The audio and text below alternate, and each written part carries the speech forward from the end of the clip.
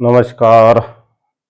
शेतकरी मित्रांनो, बंधूंनो, आज 1 ऑगस्ट 2026. मित्रांनो, पावसाळ्यातले कंप्लीट 2 महिने संपलेले आहेत. या 2 महिन्यामध्ये आपण पावसाचं वितरण जर पाहिलं, तर या वितरणामध्ये प्रचंड प्रमाणात असमानता आहे. एकीकडे महापूर, तर दुसरीकडे सरासरीपेक्षा कमी पाऊस. जेमतेम पाण्यावर, जेमतेम पावसावर पिकं तरलेली आहेत. हे चित्र दिसत आहे. घाटावर पाऊस जबरदस्त होणार आहे, होत आहे, हे आपण सातत्याने सांगितल्यामुळे पूर्व उतारावरील धरणं भरत आहेत. पश्चिम उतारावरील सुद्धा धरणं भरू पाहत आहेत. या सर्व पार्श्वभूमीवर ऑगस्ट महिना हा कसा असेल याचा अंदाज आपण पाहणार आहोत. त्याचबरोबर ही लो प्रेशर सिस्टीम हिना मराठवाड्यासाठी काय दिले हे आपण पाहणार आहोत. त्यामुळे व्हिडिओ शेवटपर्यंत पहा. आपले मित्र परिवार यामध्ये जोडा. मी राजभाऊ उगले, राहणार कोठाळा, तालुका अंबड, आपले सर्वांचे बळीवंश वेदर चॅनलमध्ये हार्दिक हार्दिक स्वागत करत आहे. मित्रांनो, आजही या ठिकाणी WD सक्रिय आहे उत्तरेकडं, आणि ही जी लो प्रेशर सिस्टीम आहे ती पूर्णपणे सध्या भूभागावर कार्यरत आहे. डीप डिप्रेशनमध्ये ते गेलेलं आहे.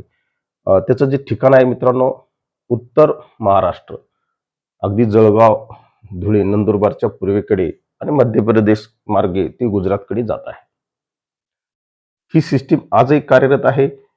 त्यामुळे तिचा प्रभाव म्हणून मित्रांनो, उत्तर महाराष्ट्रातील नाशिक असेल, नंदुरबारचा काही भाग असेल, या भागात, या जिल्ह्यात पावसाच्या ऍक्टिव्हिटी चालू राहणार आहेत. तिचा मार्ग आपण सांगितल्याप्रमाणे ती त्या मार्गाने जात आहे. या ठिकाणाहून निघलेली मित्रांनो डीप डिप्रेशन अगदी प्रवास करत करत ती या ठिकाणी येऊन पोहोचलेली आहे. हा लाल ॲरो तिचं मार्गक्रमण करत आहे. म्हणजे आपण ज्या पद्धतीने तिचा मार्ग वाढवला, काही लोक ती अशी सरळ दाखवत होतात, परंतु तशी न जाता ती बरोबर आपल्या राजस्थान या मार्गाकडे ती जात आहे. या सर्व पार्श्वभूमीवर या डीप डिप्रेशनने देशाला काय दिलं, राज्याला काय दिलं, हे पाहणं गरजेचे आहे. मित्रांनो, या भारतीय हवामान विभागाच्या मॅपकडे जर आपण नजर टाकली तर संपूर्णपणे आपल्याला हा भाग ग्रीन दिसत आहे. म्हणजे या ठिकाणी मित्रांनो सरासरी पाऊस झालेला आहे असं भारतीय हवामान विभाग सांगते. परंतु एकूण देशाचा जर विचार केला, एकूण राज्याचा जर विचार केला, तर त्याच्यात फरक, डिफरन्स हा -13% पर्जन्यमान हे संपूर्ण देशामध्ये झालेलं आहे. 445 व्हायला हवं होतं, ते प्रत्यक्षात 389 झालेलं आहे.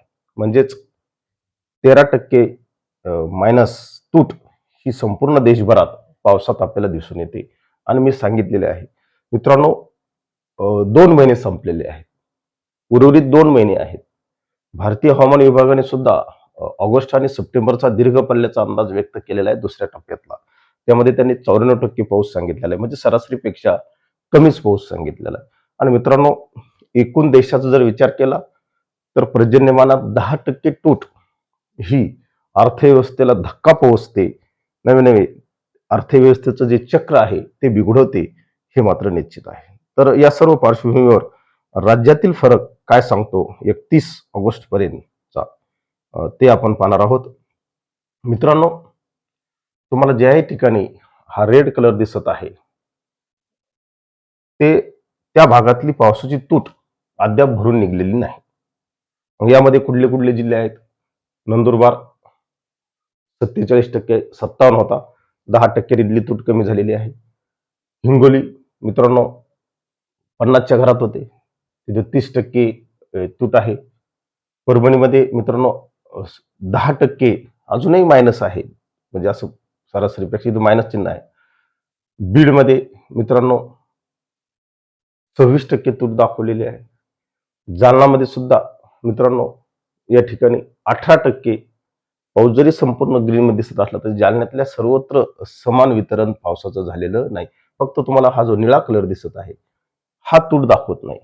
हा सरप्लस पाऊस दाखवतो 35%, इथं 87% नाशिक जिल्ह्यामध्ये, पुणे जिल्ह्यामध्ये 63% आहे. हा अतिरिक्त पाऊस दाखवतो. बीडमध्ये 26 आहे, धाराशिवमध्ये सोलापूरमध्ये 28% पावसाची तूट आहे आणि सर्वाधिक पावसाचा जिल्हा म्हणून ओळखला जाणारा सिंधुदुर्गमध्ये 35% तूट अद्यापही कायम आहे. एकूण जर आपण पाहिलं तर पावसाचं हे वितरण अतिशय असमान आहे. प्रत्यक्ष या लो प्रेशरने दिलेला पडलेला पाऊस आणि प्रत्यक्ष शेतकऱ्याचा अनुभव हा खूप काही वेगळा आहे. माझ्या गोदापट्ट्यात मित्रांनो चक्क 2 महिन्यानंतर पाऊस झाला 30 जुलैला. तोही मित्रांनो कुठल्याही शेतातून पाणी निघालं नाही. पिकापुरता जेमतेम झालेला आहे. आमच्याकडं दीर्घ पल्ल्याची जी ऊसासारखी शेती आहे त्या शेतीला मित्रांनो त्या पावसाने कुठेही जीवनदान मिळालेले नाही. आम्हाला जोपर्यंत मोठा पाऊस पडत नाही, शेतातून पाणी निघणारा पाऊस पडत नाही, तोपर्यंत खऱ्या अर्थाने आमच्या जमिनीचे पोट भरत नाही. अद्यापही राज्यातल्या मराठवाड्यातल्या मित्रांनो कित्येक जिल्ह्यामध्ये तालुक्यामध्ये नद्यांना पाणी आलेलं नाही. नद्यांना कुठेही पूर नाही.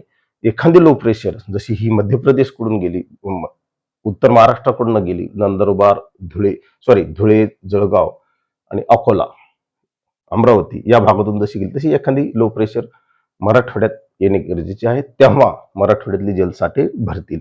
मित्रांनो हे भारतीय हवामानाचा मॅप आहे. 2 महिन्याचा हा अंदाज त्यांनी वर्तवलेला आहे. या मॅपवरून आपलं असं लक्षात येतं पिवळा कलर हा बिलो नॉर्मल म्हणजे मित्रांनो सरासरीपेक्षा कमी पर्जन्यमान या पिवळ्या कलरमधून आपल्याला संपूर्ण देशभरात दिसतं. 94% पर्जन्यमान त्यांनी ऑगस्ट आणि सप्टेंबर राहील असं भारतीय हवामान विभागाने जाहीर केलेलं आहे. याचा अर्थ पाऊसच पडणार नाही असं नाही. त्यानंतर मित्रांनो ऑगस्ट महिना हा देशासाठी राज्यासाठी कसा असेल ते आपण पाहू. मित्रांनो हा पिवळा कलर अबव नॉर्मल म्हणजे सरासरीपेक्षा कमी पर्जन्यमान दर्शवतो. हा निळा जो कलर दिसतो या ठिकाणी मित्रांनो त्यांनी पूर्व मराठवाडा, दक्षिण मराठवाडा हा दीर्घ आपण जर आतापर्यंतचा मॅप जर पाहिला तर हा या ठिकाणी लाल कलर दिसत होता मित्रांनो गेल्या 2 महिन्यापासून.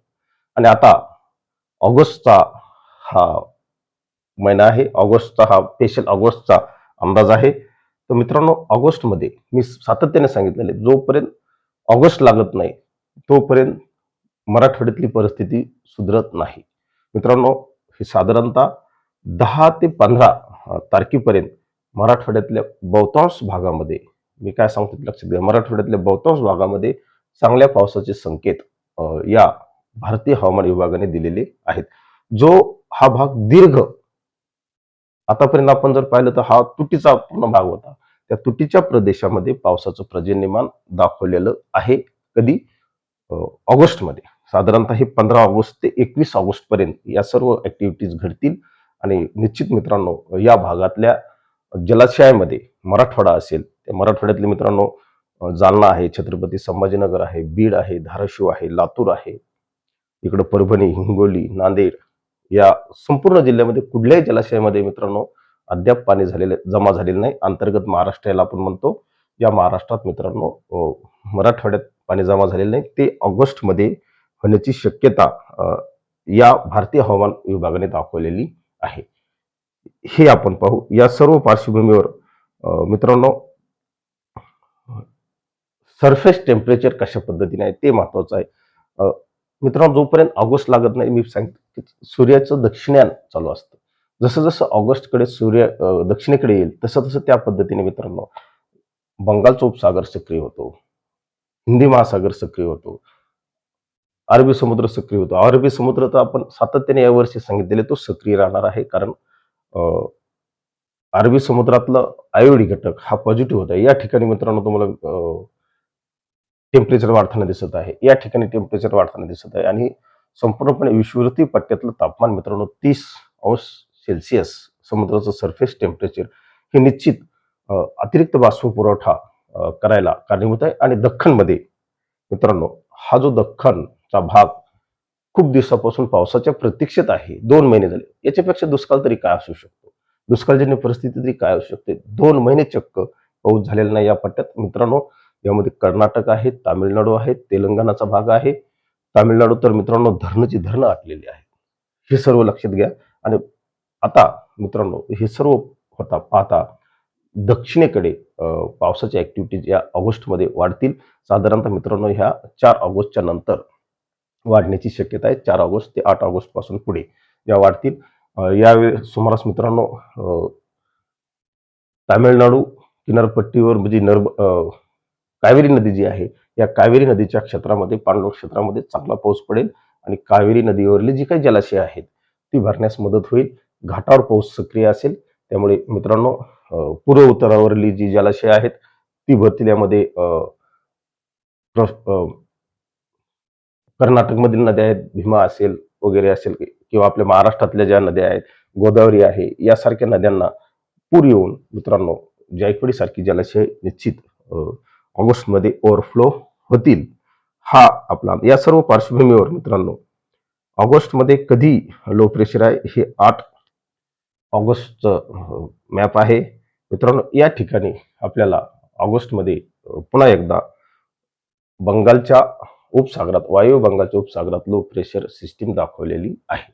आपण सांगितलेले आहे, सध्या ज्याही लो प्रेशर सिस्टीम बनतील त्या या ठिकाणी बनतील आणि या ठिकाणच्या लो प्रेशर सिस्टीम मित्रांनो निश्चित ओडिसा, छत्तीसगड, पूर्व विदर्भ, पूर्व मराठवाडा, उत्तर महाराष्ट्र, नंदुरबार, धुळे, जळगाव, अमरावती या साईडकडून त्या गुजरातकडे जातात.